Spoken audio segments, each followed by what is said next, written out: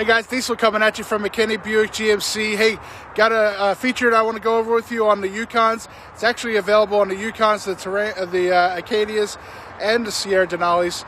So I'm just going to go ahead and quickly go over it. It's going to be the rear view mirror camera system and how it functions. Okay, so here we go. In this case, I'm in a Yukon XL Denali. I'm going to go ahead and get up in here quick. Close the door. All right, so as you can see, it's a regular mirror. Sorry, it's me. And then go ahead and flip that back. There's a black tab right here where you can switch it from mirror to camera. Okay, what this camera is designed for is that there's an obstruction behind you.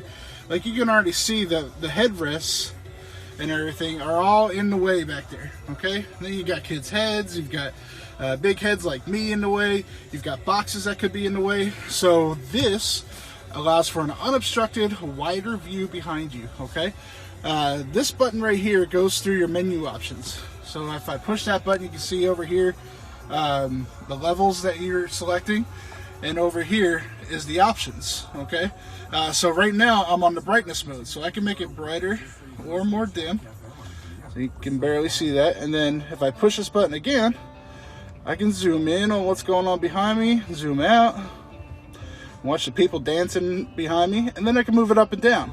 Okay, to scroll through the menu, you do have to push this button each time. This is just a light sensor. These are the three buttons underneath. Okay, so yeah, I can move it up and down. Okay, so those are the three functions that this mirror has, the rearview mirror camera has on it. So let me know if you have any other questions about the rearview mirror camera. My name is Diesel. I'm at Acadia Buick GMC. Thanks, y'all.